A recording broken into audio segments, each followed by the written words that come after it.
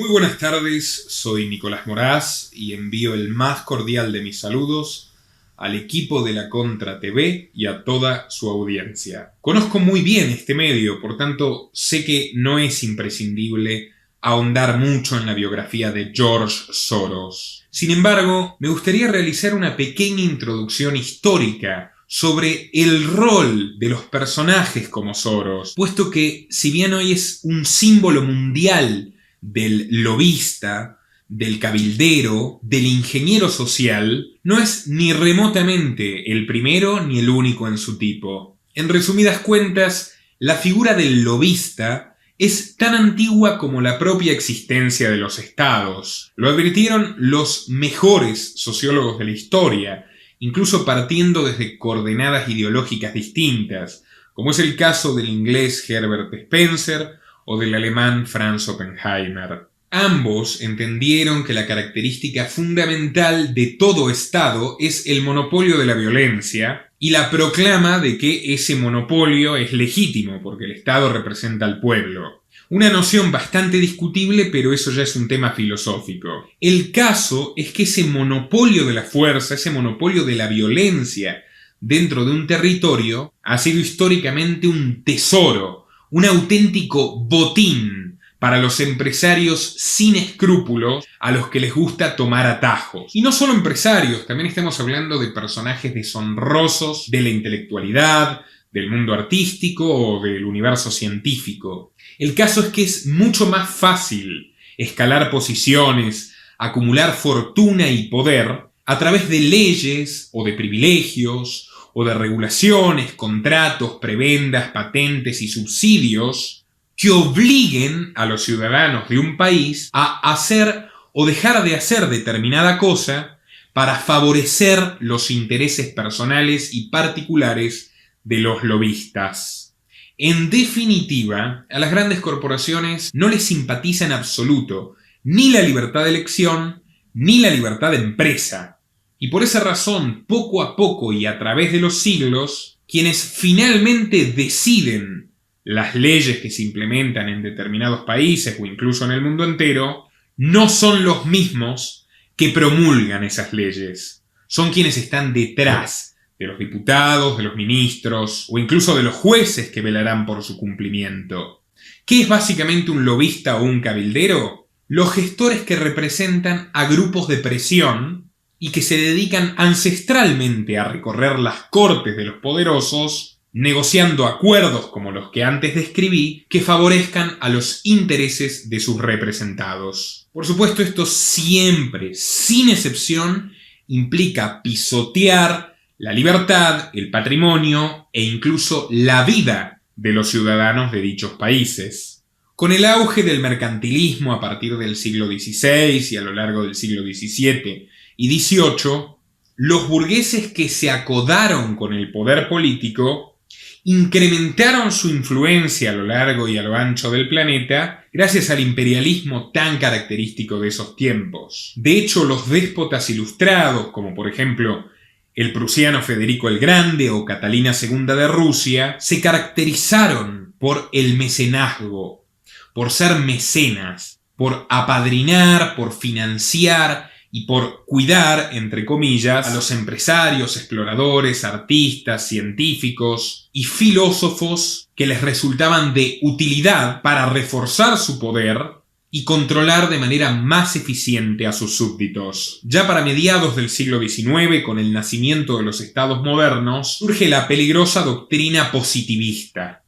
que pone al Dios progreso por encima de los derechos naturales, de la libertad del individuo y de la soberanía de los pueblos, que es resultante de la soberanía individual. Y con el auge de las llamadas ciencias sociales, que por lo menos desde la academia estatal, como por ejemplo la Royal Society de Inglaterra, apuntaban a gobernar científicamente a la sociedad, tanto de las metrópolis como de las colonias, las principales dinastías de lobistas, como por ejemplo la familia Rothschild, beneficiaria de las guerras napoleónicas, o la dinastía Rockefeller, que saltó a la fama mundial por un ilegítimo monopolio de las patentes del petróleo, acumulaban ya más poder que cualquier príncipe europeo. En 1898, con el sospechoso hundimiento del navío estadounidense Maine, que fue una casus belli artificial y forzosa para justificar la invasión norteamericana a Cuba, quedó demostrado cómo un magnate de los medios de comunicación y de la guerra, como era el caso de William Randolph Hearst, cuya vida inspiró la famosa película Citizen Kane, logró imponer su propia voluntad personal sobre los intereses y los deseos de paz de la ciudadanía norteamericana en su conjunto. Y en el transcurso del siglo XX ya no hay absolutamente ningún fenómeno político o cultural de relevancia que haya estado exento de la influencia de los lobbies y de los grupos de presión. Desde la revolución bolchevique rusa, minuciosamente diseñada por los banqueros alemanes que querían eliminar a Rusia del mercado internacional, tal y como lo demuestra sesudamente Antonio Escotado en su segundo tomo de Los enemigos del comercio, hasta el surgimiento de los nazis y la Segunda Guerra Mundial, que se caldearon en las entrañas de Wall Street, con la deliberada intención de forzar una guerra mundial que encumbre de una vez por todas al pujante complejo militar industrial de los Estados Unidos. Y esto no lo digo yo, sino que lo demostró también de manera prolija e inapelable el catedrático Anthony Sutton. Ni Mayo del 68, ni por ejemplo el feminismo de segunda ola, nacieron espontáneamente. En el caso del feminismo de segunda ola, un tema de mi expertise, fue la Fundación Ford quien dio inicio a esta tradición de pensamiento, fundando la primera cátedra sobre géneros de la historia universal, en 1959 en la Universidad de Berkeley, en California.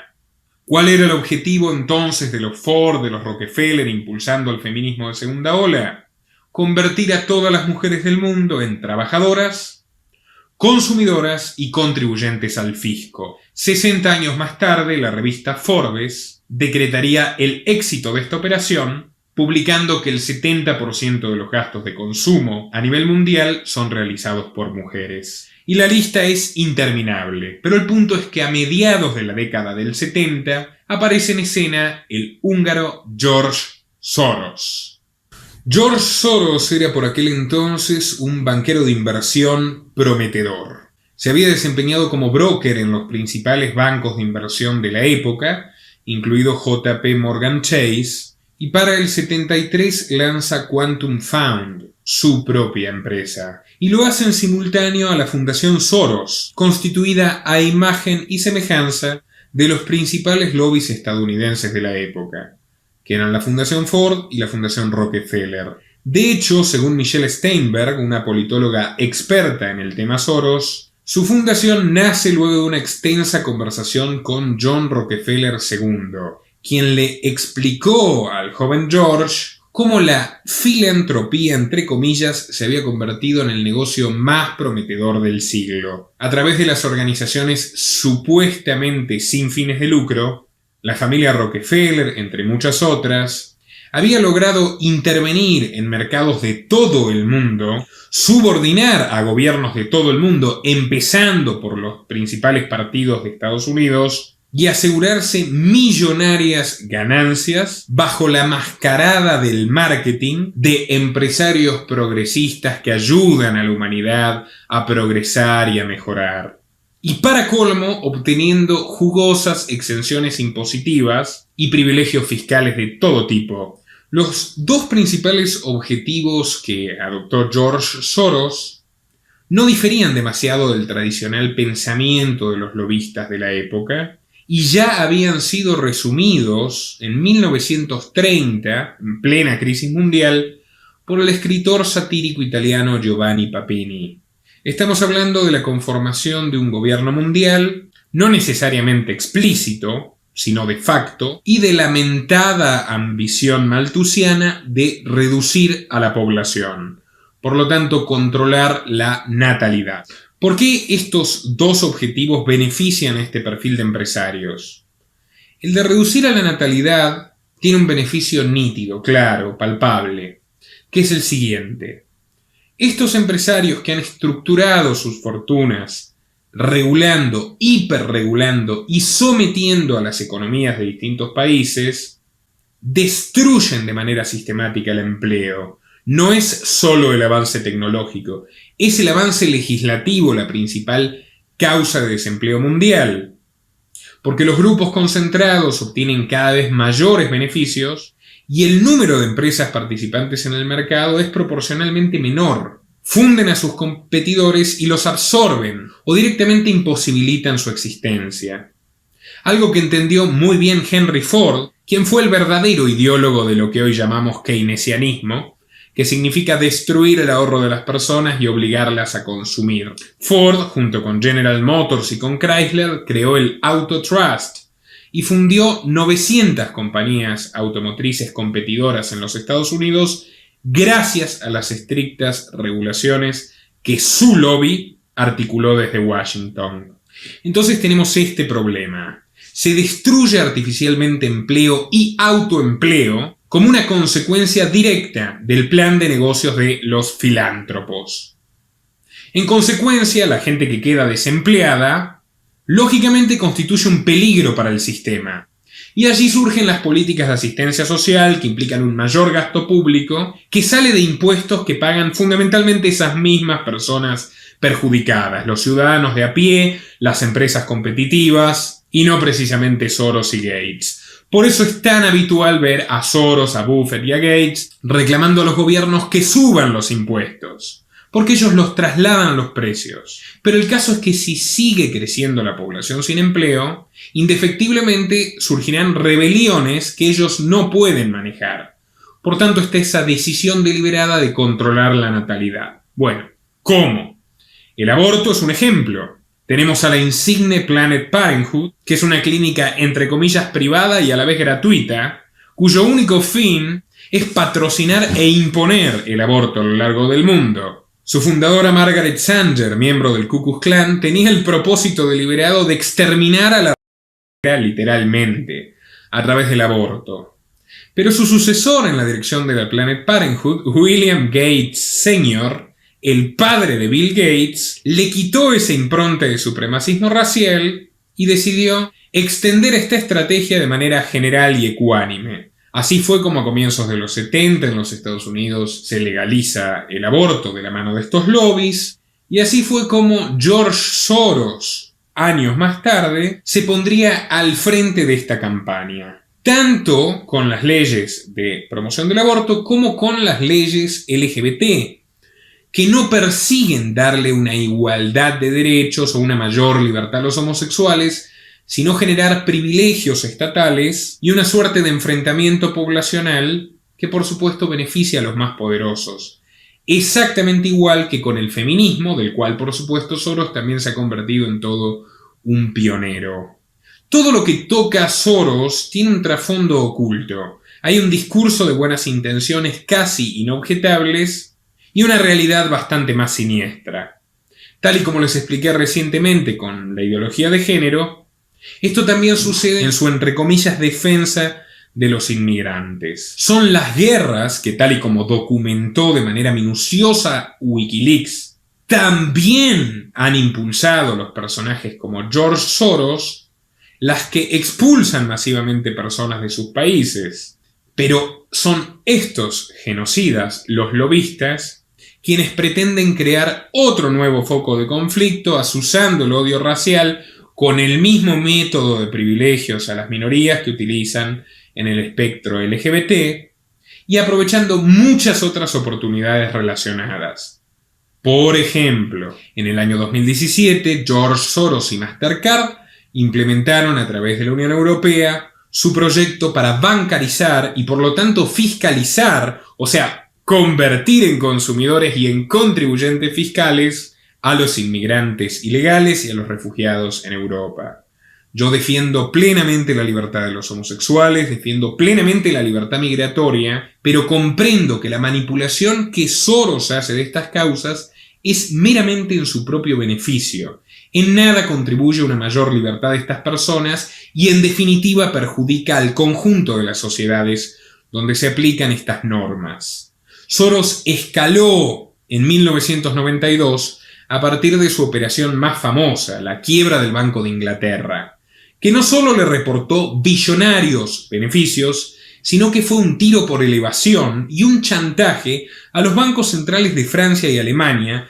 que todavía se mostraban reticentes a adoptar la moneda común. Y ahí vamos al segundo objetivo, el gobierno mundial. ¿Por qué Soros ha sido, y es al día de hoy, uno de los principales ideólogos y promotores de la Unión Europea? Porque la Unión Europea es un laboratorio de gobierno global, donde el organismo transnacional, en este caso el Europarlamento, completamente colonizado por Soros y lobistas afines, decide sobre las leyes que se impondrán a una multitud de países que, por cierto, supieron ser potencias rivales entre sí. Y de este modo, los mismos marcos regulatorios y los mismos privilegios corporativos se extienden con una notable facilidad y con mucho menores costos logísticos y operativos para los personajes como Soros y como Gates. Así que Soros no fue solamente un ideólogo y un promotor y un operador a favor del euro y de la Unión Europea, sino que lo sigue siendo. Prueba de ello es como constantemente publica cartas abiertas de la mano de sus apadrinados como Daniel Cohn-Bendit, Daniel Rojo, el mismo de mayo del 68, hoy definitivamente aburguesado, o Emma Bonino. Asimismo, Soros tiene una enorme red de influencia en el Europarlamento, tal y como demostró la cadena internacional Sputnik en el año 2014. En su día incluía a europarlamentarios de todos los partidos, en el caso español, incluyendo al PP, a Ciudadanos, al PSOE y al reluciente podemita Pablo Iglesias, en cabeza de su lista de aliados españoles en Bruselas. Les mencionaba el escrito de Giovanni Papini, Los diarios del GOG, un libro escrito en pleno crack del 29 y publicado en 1930, incluso antes de que Aldous Huxley publicara su distopía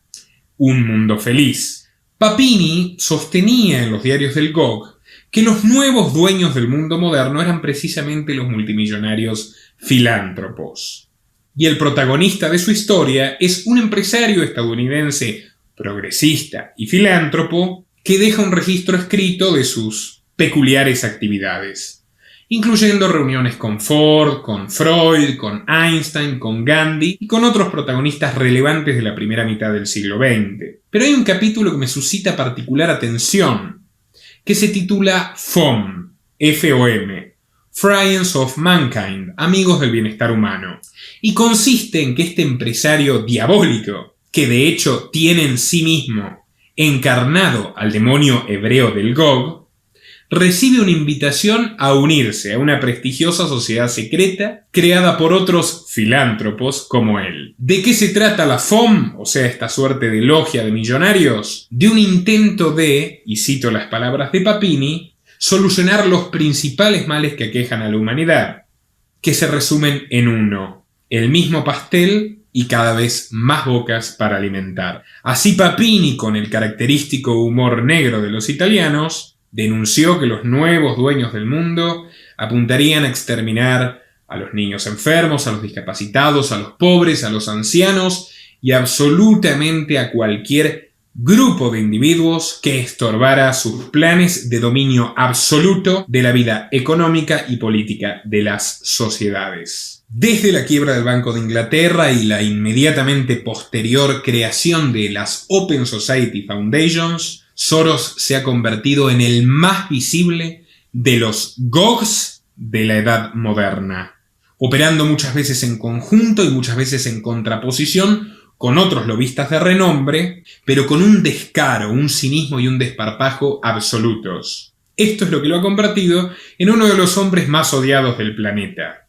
tanto por las guerras que generó como por las primaveras árabes y el alimento que dio junto con la Fundación Clinton a los grupos yihadistas para justificar a su vez las genocidas invasiones occidentales en dichos países, como los escandalosos casos de corrupción que unen a Soros con los diversos gobiernos post-soviéticos en Europa del Este, y puntualmente lo que hoy nos ocupa: la colonización sorosiana de España y América Latina.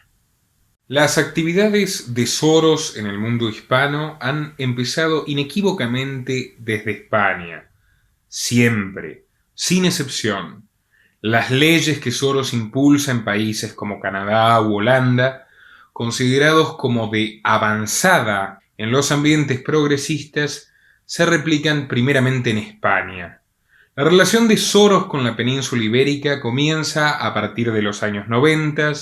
con la consolidación de la Unión Europea. Y si bien llegó tarde a la puerta de Felipe González, quien ya había llegado al poder en la década anterior con el apoyo del lobby socialdemócrata alemán, la Fundación Friedrich Ebert, Soros logró reunirse personalmente con Felipe González a pedido suyo en el año 1997, más precisamente el 29 de junio, y ni más ni menos que en la casa del ex presidente del Europarlamento, Felipe Brown. Aznar no estuvo exento de tratos con el magnate, si bien su relación, definitivamente más distante que la de sus sucesores, se hizo explícita en el think tank Concordia, y una vez que Aznar abandonó el poder. Concordia es un espacio que integran, por ejemplo, Warren Buffett y el presidente chileno Sebastián Piñera, y que nuclea a partidos y fundaciones autocalificados como de centro-derecha de todo el mundo. Si bien Soros enfatiza en las políticas progresistas, la falta de interpelación a estas políticas por parte de los partidos de centro-derecha es lo que ha permitido que se consoliden. El caso es que durante el gobierno de Zapatero, Soros organizó un auténtico laboratorio de exportación de políticas de ingeniería social a partir de su amistad con la Moncloa. En el año 2004, nada más iniciar su primera legislatura, Zapatero suscribió el Pacto de Lisboa, subordinando la Constitución española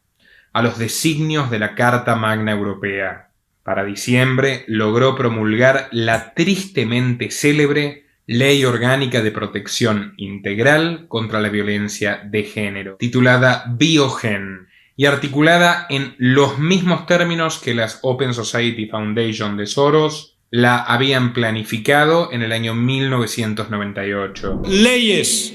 esfuerzos, medios y recursos, y dedicaremos aún muchos más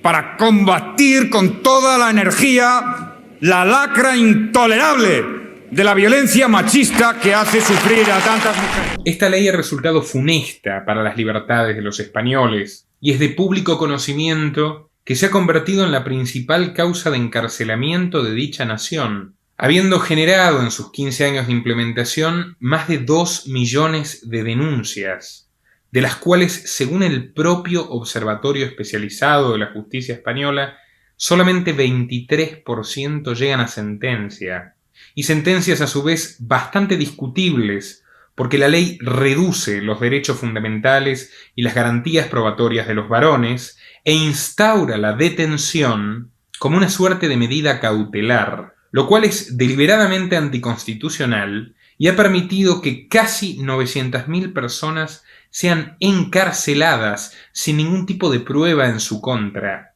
Además de que generó un billonario negocio de subvenciones para las ONGs feministas que asisten a los diversos tribunales, comunidades autónomas y demás entidades burocráticas del gobierno español, muchas de las cuales son abiertamente financiadas a su vez por Soros. Todo esto, como el resto de las leyes de esta misma naturaleza en Europa, incentivado con fondos públicos que inyecta directamente el Banco Central Europeo, tal y como denunció el informe del año 2016 de la Asociación Europea de Ciudadanos contra la Corrupción. En mi documental traté minuciosamente esta sinergia entre Zapatero y Soros, y también el Club de Bilderberg, una organización de élite que ya ha sido tratada en este medio por la especialista Cristina Martín Jiménez. Cabe destacar que en España existen homólogos y aliados de George Soros hace muchos años. Por ejemplo, la familia Botín, propietarios del Banco Santander, principales acreedores del PSOE y donde el propio Soros posee 500 millones de dólares de acciones que le permiten contar con representación en el directorio. También el eterno Cebrián y el grupo Prisa han participado oficialmente de diversos encuentros de Bilderberg y han trabajado sinérgicamente con Soros, con la familia Botín y con otros intereses similares Bill Gates incluido, en la elaboración de las principales políticas públicas del gobierno de Zapatero, quien fue uno de los únicos presidentes españoles que participó del club, incluso oficiando como anfitrión en la edición del 2010, primera donde participó Bill Gates. Todo esto no es fruto de teorías conspirativas, es un consenso entre paladines de la lucha contra la corrupción, como la ex eurodiputada irlandesa Patricia McKenna, y el mismísimo jefe de prensa del Ministerio de Hacienda de Zapatero, Juan Francés, que en su libro titulado «Que vienen los lobbies», admite que no hubo absolutamente una sola ley de ese periodo que no haya sido impulsada por dichos grupos de presión. En el año 2005, España fue un país pionero en la implementación del matrimonio homosexual, que es una ley con la que, si bien estoy de acuerdo personalmente, ya he explicado cuál es su motivación principal, con la que definitivamente no concuerdo. Luego fue sucedida por la primera ley de identidad de género del mundo, ley trans, y finalmente en 2010, al mismo tiempo que se daba fin al famoso cheque bebé, la ley del aborto, una de las más controvertidas del primer mundo. Todo este marco jurídico en una sociedad envejecida, que tiene un grave problema de recambio poblacional, no ha contribuido en nada a mejorar el clima social de España, más bien todo lo contrario. Pero como les dije en un principio, la ingeniería social dista mucho de ser un ejercicio altruista o filantrópico, como quieren vendernos. Lo curioso es que toda esta agenda legislativa, incluyendo a muchos de los técnicos españoles que participaron en su diseño, fueron exportadas minuciosamente a la Argentina, Brasil y Uruguay. La ley feminista española del año 2004 se recicló en la ley María da Pena de Brasil del año 2006 y en la ley de protección integral para la prevención y erradicación de la violencia contra las mujeres de Argentina del 2009. La ley de matrimonio igualitario también se replicó en Argentina en el año 2010, calcada e idéntica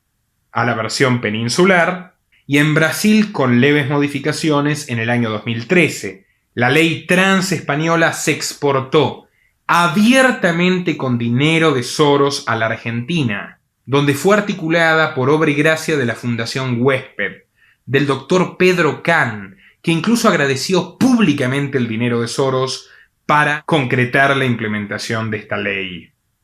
Hoy Pedro Kahn es ni más ni menos que el epidemiólogo jefe del presidente argentino Alberto Fernández,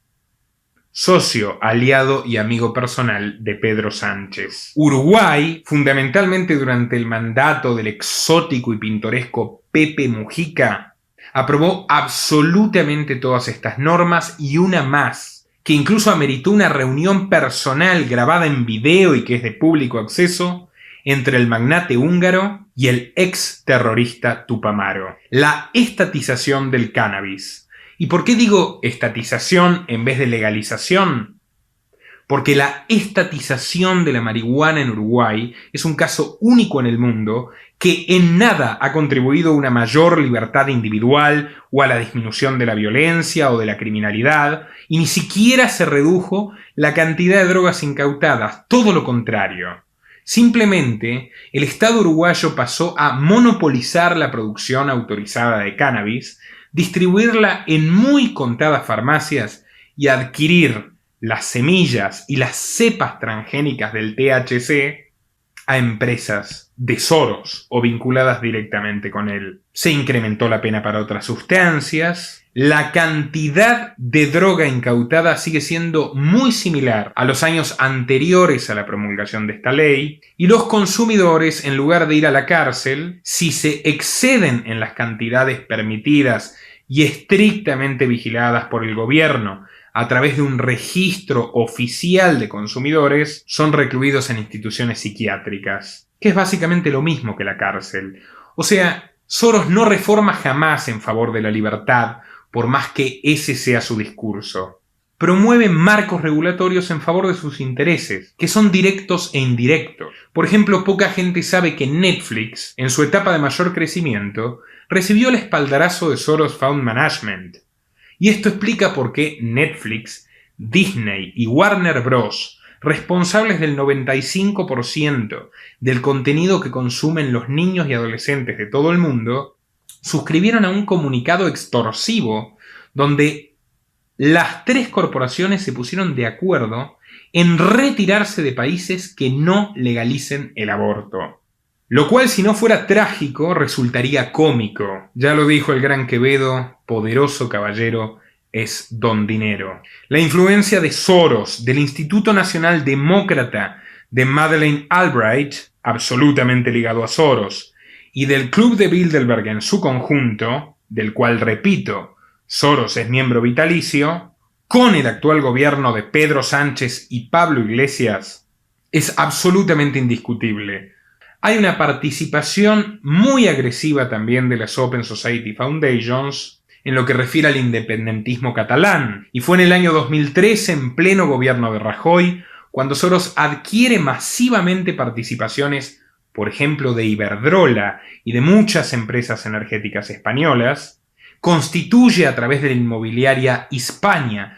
un auténtico imperio de real estate en Cataluña e instala formalmente sus oficinas. Desde entonces, tanto el Independent Diplomat y la delegación catalanista en Nueva York reciben millonarios recursos del magnate, que no se esfuerzan siquiera en disimular. En el año 2018, en la Argentina, di a conocer un documento similar a la filtración del Sputnik referida al Europarlamento. Pero en el caso argentino, se trató del listado oficial de los políticos y personalidades públicas consideradas aliados fiables por el Open Society Institute de Soros. La información llegó a 500.000 de personas. Uno de los periodistas que le brindaron cobertura apareció muerto, y el principal diario argentino, Clarín, vinculó erróneamente su fallecimiento a la publicación de mi exclusiva.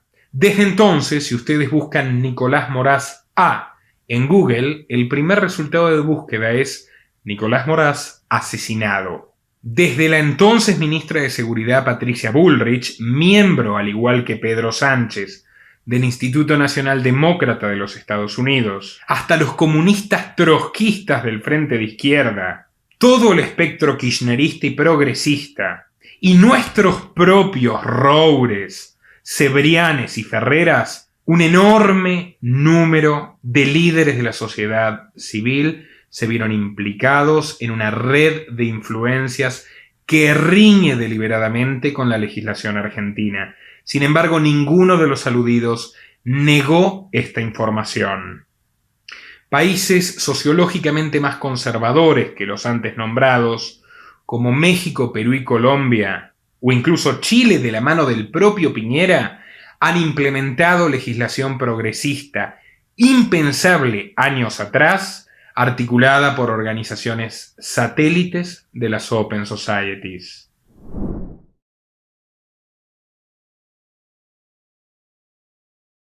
Cuando estalla la pandemia, Argentina ya enfrentaba una crisis recesiva extraordinaria, combinada con un grave conflicto relativo al endeudamiento, que es el mayor de toda su historia, y que es responsabilidad a partes iguales de la dinastía kirchnerista y del funesto gobierno de Mauricio Macri. Podría considerarse a Cristina Kirchner una homóloga de Zapatero y a Mauricio Macri un homólogo de Rajoy, que no realizó ninguna reforma sustancial en el rumbo emprendido por la progresía. Al contrario, su paquete de leyes de género cumplió ampliamente con las expectativas de Soros y los magnates de izquierda. El caso es que cuando Alberto Fernández asume en diciembre del año pasado, fuertemente condicionado por Cristina, que es su vicepresidente y la verdadera dueña del caudal electoral, su único apoyo eran precisamente sus patrocinadores de siempre, los demócratas de Estados Unidos y, por supuesto, sus sponsors, como Soros. Revelaciones de Wikileaks del año 2010 demuestran que Alberto Fernández, siendo jefe de gabinete en aquel entonces de Cristina Fernández de Kirchner, era ni más ni menos que el enlace de la embajadora estadounidense de Obama en la Argentina, Vilma Martínez, y reportaba directamente a la entonces secretaria de Estado, Hillary Clinton.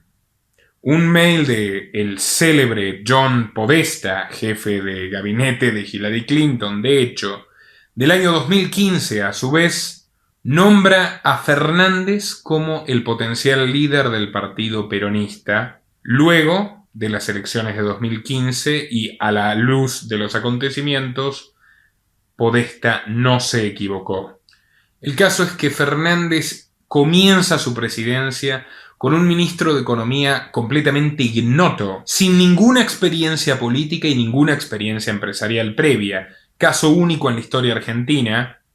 y particularmente absurdo si tomamos en cuenta lo que le decía al principio. Nos enfrentamos ante una de las peores crisis de nuestra historia. ¿De quién estoy hablando? De Martín Guzmán, el principal discípulo del Nobel de Economía y ex vicepresidente del Banco Mundial y asesor económico jefe de Bill Clinton, Joseph Stiglitz. Y a su vez, tanto Stiglitz como Guzmán, dos miembros del Instituto del Nuevo Pensamiento Económico de Nueva York, financiado e integrado por el mismísimo George Soros, dos selectos colaboradores de la ONG puertorriqueña Espacios Abiertos, dotada con $1.900.000 de las Open Society de Soros, y dos columnistas, junto con Soros, de la red de comunicadores socialdemócratas Project Syndicate. Según mis investigaciones, una reunión entre Fernández y la mismísima Ana Botín, quien no solo es la principal líder de la banca en España, sino también de la principal banca en Argentina, fueron determinantes para la elección de Guzmán. Y definitivamente un economista inexperto ante una economía en estado crítico, bajo el mando de un presidente sin capital político propio, no suponían un horizonte prometedor. Al estallar la crisis del coronavirus, Fernández no dudó en aplicar en la Argentina una cuarentena absoluta, sumamente estricta, bajo el mando del mismísimo Pedro Can, el director de la Fundación Huésped, quien introdujo la Ley de Identidad de Género en la Argentina, agradeciendo públicamente el dinero de George Soros. Así que este es el contexto previo a la primicia que yo di en abril. La realidad es que ante la desesperación de Fernández por la conflictividad social que generó la cuarentena, toda la prensa argentina esperaba que se levante o al menos se flexibilice severamente esta medida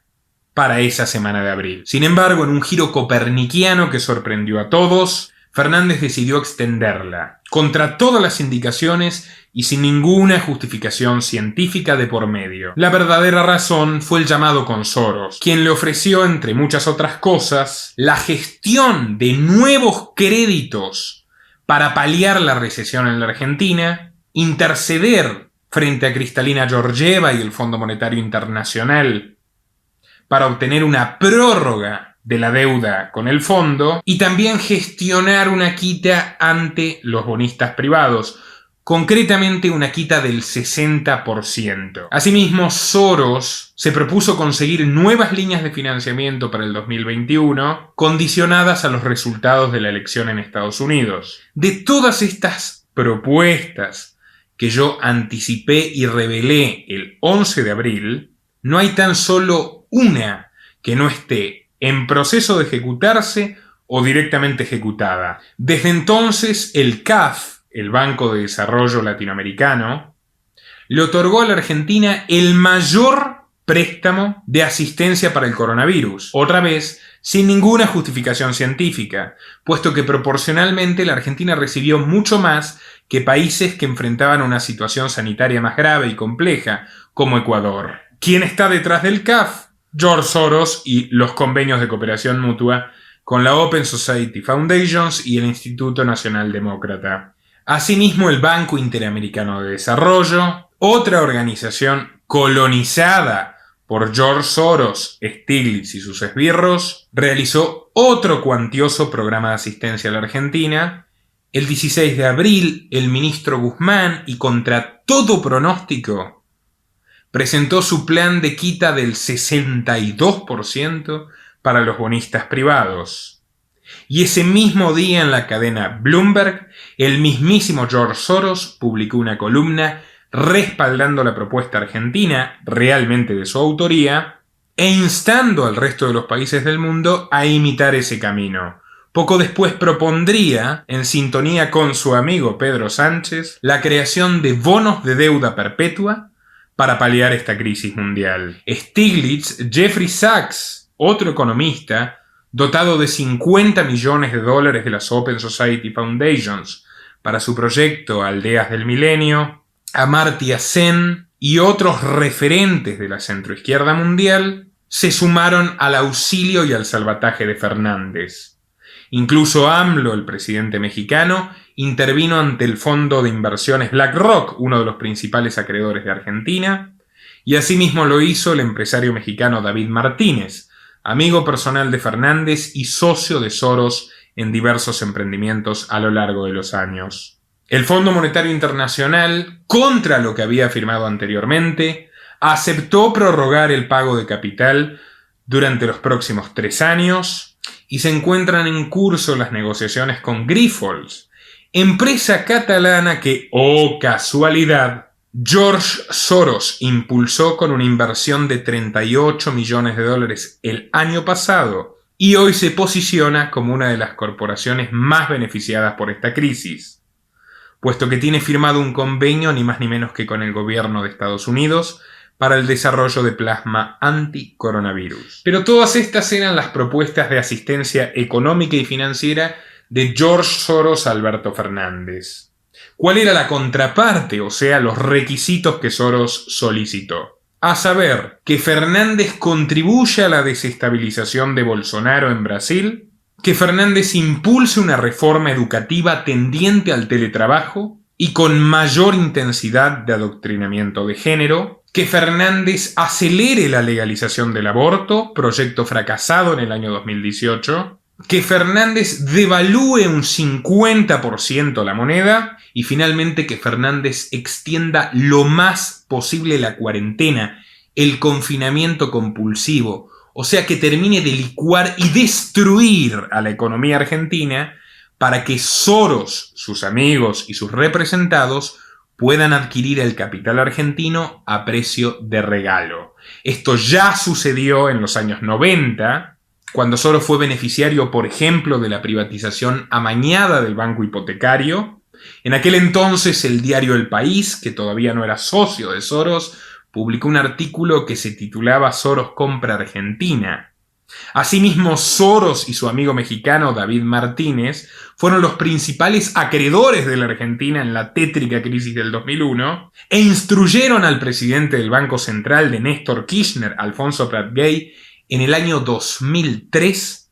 para reestructurar la deuda que tenía con ellos. Todo esto es público y beneficiándose de aquella crisis, Soros se convirtió en el principal productor arrocero de la Argentina, el principal productor lácteo, uno de los principales terratenientes, propietario de las mejores torres de Buenos Aires, de los mayores hoteles de todo el país, dueño de la mayor planta productiva de bioetanol de Sudamérica, y todo esto con el aval de sus cómplices kirchneristas. Asimismo, Soros también intercedió en favor del gobierno de Cristina Kirchner en el año 2014, en el conflicto con los fondos buitres encabezados por Paul Singer. En suma, el pacto que hoy Alberto Fernández asumió con Soros ha implicado perpetuar una cuarentena injustificable que es ya la más larga del mundo y que a su vez ha sumido a la Argentina en la peor recesión de su historia, arriesgando una caída de 12 puntos del Producto Bruto Interno, el hundimiento a la miseria del 60% de la población y la duplicación ya en curso de los casos de suicidio, la multiplicación de infartos, de ACVs y todo tipo de enfermedades, luego de 3 meses y medio de cuarentena, luego de que Fernández decretara el aborto de los protocolos no punibles como un servicio esencial para prestarse durante la crisis sanitaria y que prometiese acelerar el tratamiento de la ley,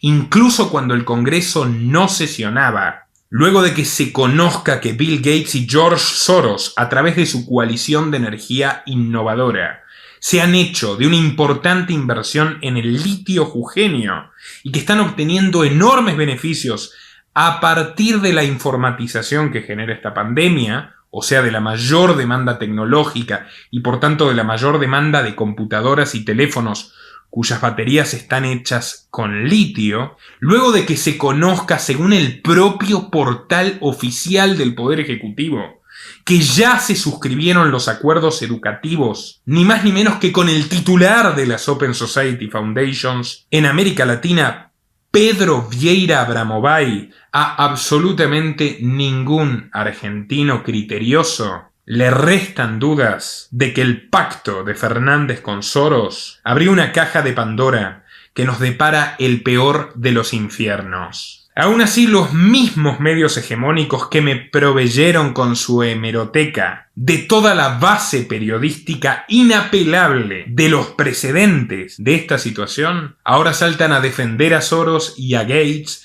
y a la Organización Mundial de la Salud y a la censura de YouTube y al discurso oficial. Algo que no me sorprende en absoluto, puesto que se encuentran en una terrible decadencia y crisis de credibilidad hace años, razón por la cual se hacen cada día más dependientes de las ayudas gubernamentales y de la publicidad de la industria farmacéutica.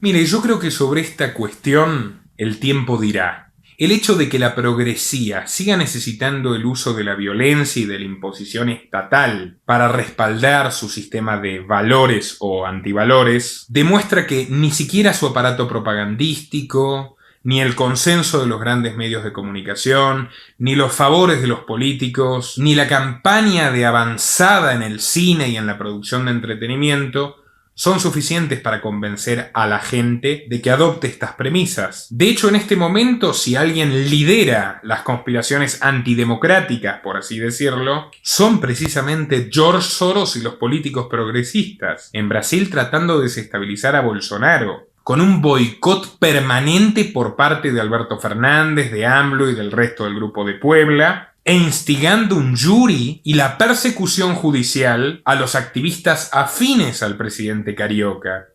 Y a mí Bolsonaro no me simpatiza en absoluto. Me parece en algunas cosas un verdadero payaso, en otras un verdadero tirano. Pero en definitiva sus enemigos no son en nada mejores que él. Y Pedro Vieira Abramovay, el actual director de la Oficina Latinoamericana de la Open Society Foundation, exfuncionario de Lula y de Dilma Rousseff, le dijo al diario El País que abiertamente su propósito es derrocar a Bolsonaro. Y nadie se escandaliza por ello, ni por la implicancia de Soros en el Lives Matter y el intento de primavera americana contra Donald Trump. En todo caso, lo que más me preocupa es la apuesta largoplacista. A la gente que ya tiene un criterio formado es difícil que nos adoctrinen, pero a los niños que bombardean a través de Netflix, por ejemplo, y con las reformas educativas que se están planteando, en México amparadas con Microsoft y Bill Gates, en la Argentina y en España dirigidas directamente por Soros y sus esbirros, el futuro puede tornarse aún más tétrico que el presente distópico que estamos viviendo, que ha superado las pesadillas de Papini, de Huxley y de Orwell. Llamo a la reflexión a todos los que miren esta entrevista, los invito a cotejar todo lo que he planteado, agradezco mucho a la Contra TV esta oportunidad y nos veremos más adelante. Nuestro trabajo depende de tu apoyo. Para que siga siendo posible, realiza tu donativo desde tan solo $2 por mes a través de Patreon, en los links que están en la descripción o en el comentario destacado. También podés hacerlo a través de la opción Unirte de YouTube y si estás en Argentina, con el medio de tu preferencia a través de Mercado Pago.